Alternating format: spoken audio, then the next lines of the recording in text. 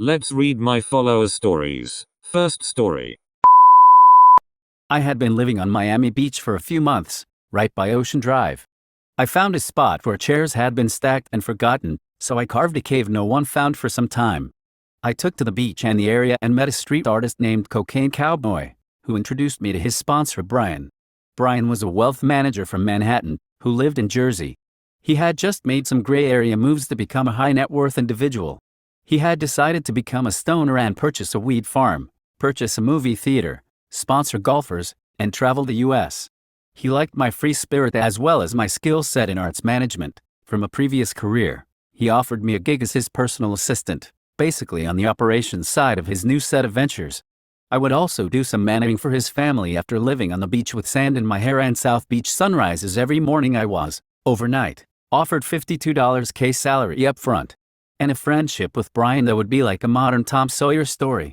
One of his clients was his brother, who was much more wealthy than him and said Brian was a victim of his own success. That infuriated Brian, but I would later come to agree with the sentiment.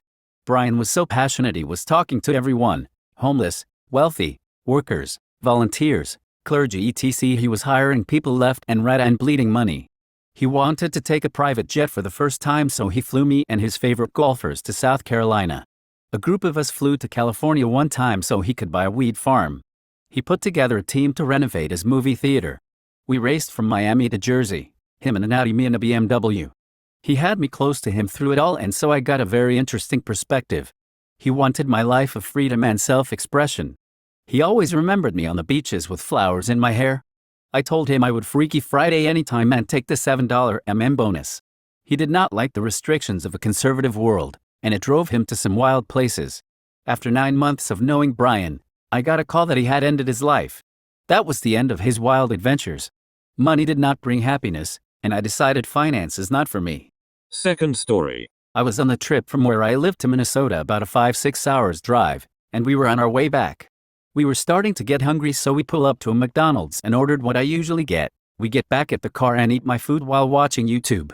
About 20 minutes go by and my stomach starts to ache. I think nothing of it and think to myself that it's probably gonna go away with a fart or burp. Man, was I wrong. About 5 minutes later, I tell my parents that I needed a bathroom ASAP. I told them I could hold it in for a while, but as soon as I say that, it starts getting worse. I hold it in for so long I started sweating heavily. If I moved my legs even an inch, I would turn the car seat from gray to brown. I tell my dad to hurry up because it was getting really bad. At this point, I'm doing my best to hold it in, but my best wasn't quite enough as a little turtle head started to come out and I had to push it back in. I see a sign for a town about 5 minutes away, so I started crying tears of joy, but they wouldn't last. We got to the town and saw that it was just one of those small countryside towns that have a railroad track going through it and a farmer's place with a field and those big metal things that hold seeds in them. Anyways, we look around to find not a single gas station. At this point, I'm desperate to let it out, so I tell my dad to pull over. I ran to a bush, and as soon as I pulled my pants down, it all starts falling out. It was the worst smelling, grossest, hottest shit I've ever taken. I start to realize there's nothing for me to wipe with, so I yell to my dad to grab napkins from the food bag and paper towel. I start wiping and left all the evidence at the scene. We get back in the car and start heading back home. Third story. It was an early spring morning when our class gathered at the front gates of Riverview High School, a mix of excitement and nervous energy in the air. We were heading to the infamous Blackwood Manor, an old mansion-turned-museum known for its eerie history and rumored hauntings. The bus ride to the manor was filled with chatter about the ghost stories we had heard. As we approached the tall iron gates, an unsettling silence fell over us. The manor loomed in the distance, its dark, ivy-covered walls and broken windows giving it a menacing appearance.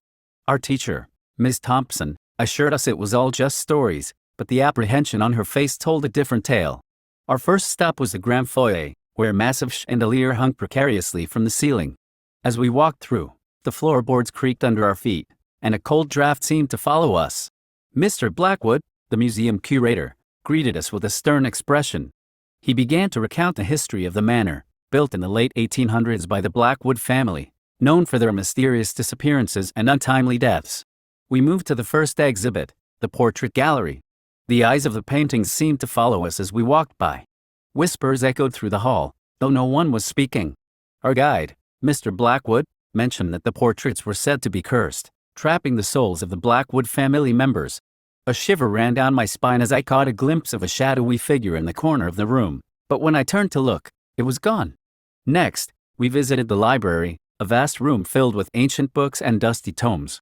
Miss Thompson encouraged us to explore, but as I reached for a book, it flew off the shelf on its own, landing with a thud. The lights flickered, and a chill filled the room. Suddenly, the heavy doors slammed shut, trapping us inside.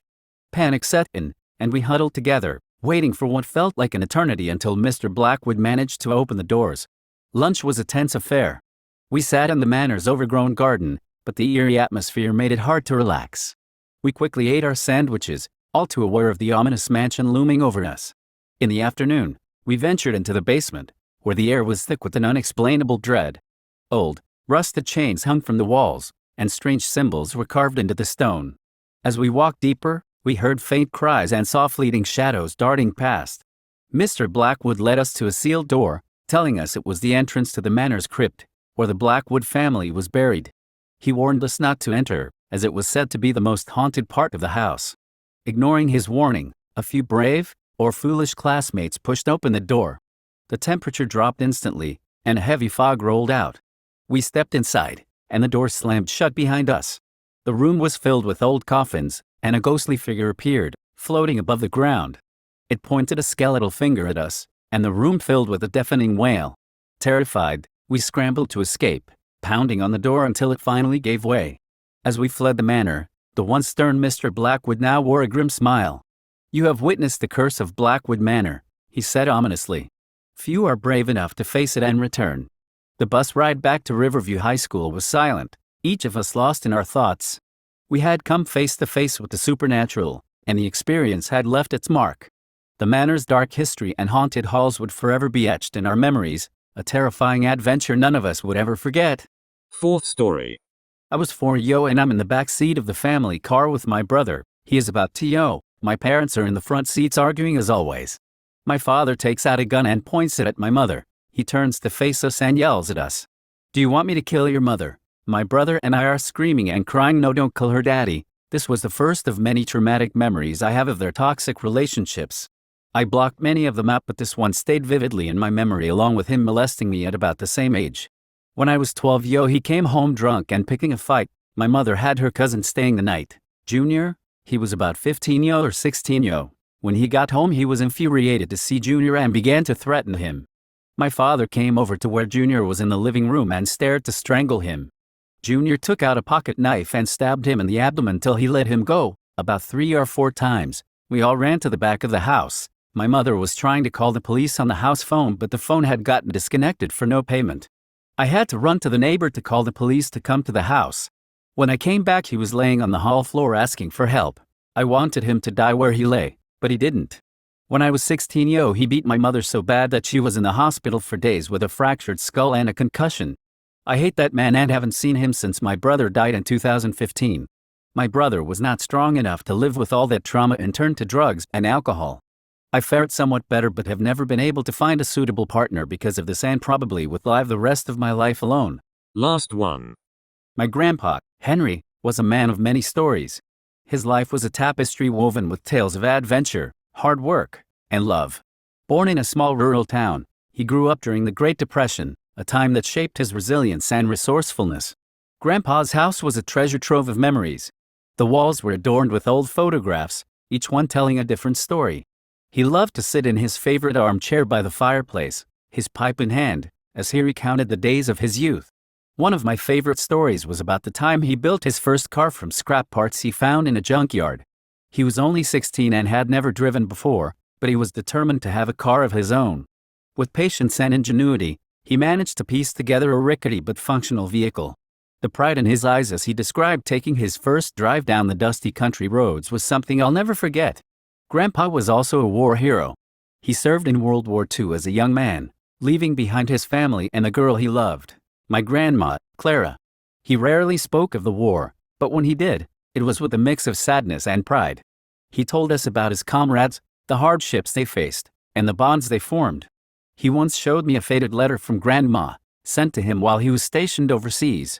Her words of love and hope had kept him going through the darkest times. After the war, Grandpa returned home to Clara, and they built a life together. He started a small carpentry business, crafting furniture with skill and care. Each piece he made was a work of art, and his reputation for quality spread far and wide. I remember spending summer days in his workshop, the scent of sawdust in the air, as he taught me the basics of woodworking. His patience and attention to detail were evident in every lesson, and I cherished those moments we spent together. Grandpa's love for Grandma was legendary.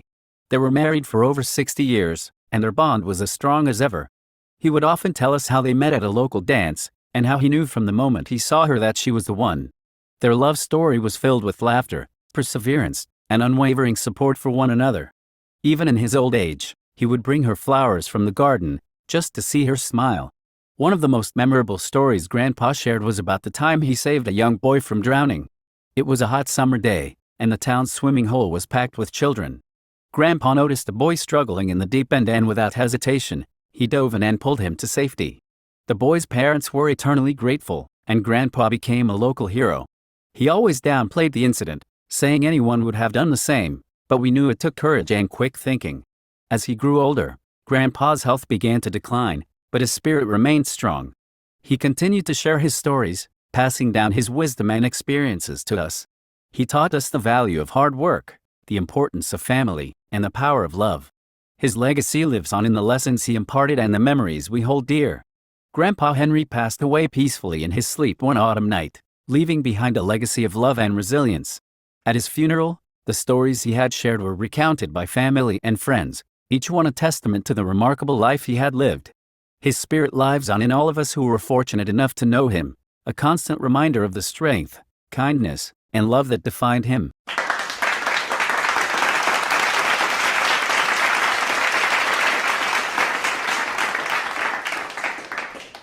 Thank you guys for watching. Please subscribe to my channel. If you want to share your story, write it down in the comments. Peace.